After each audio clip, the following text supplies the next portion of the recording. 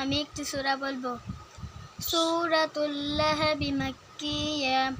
আউযু বিল্লাহি মিনাশ শাইতানির রাজীম। বিসমিল্লাহির রহমানির রহিম। তাব্বাত ইয়াদা আবি লাহাবিন ওয়া তাব।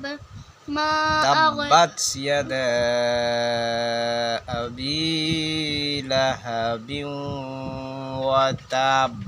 تبت يدا أبي لهب وتب ما أغنى عنه ماله وما كسب سيصلى نارا ذات لهب وامرأته حمالة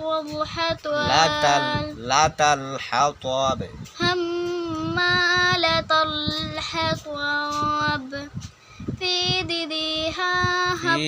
جيدها حبل من مسد। তিলাওয়াত আরো শুদ্ধ করিয়া পড়তে হবে।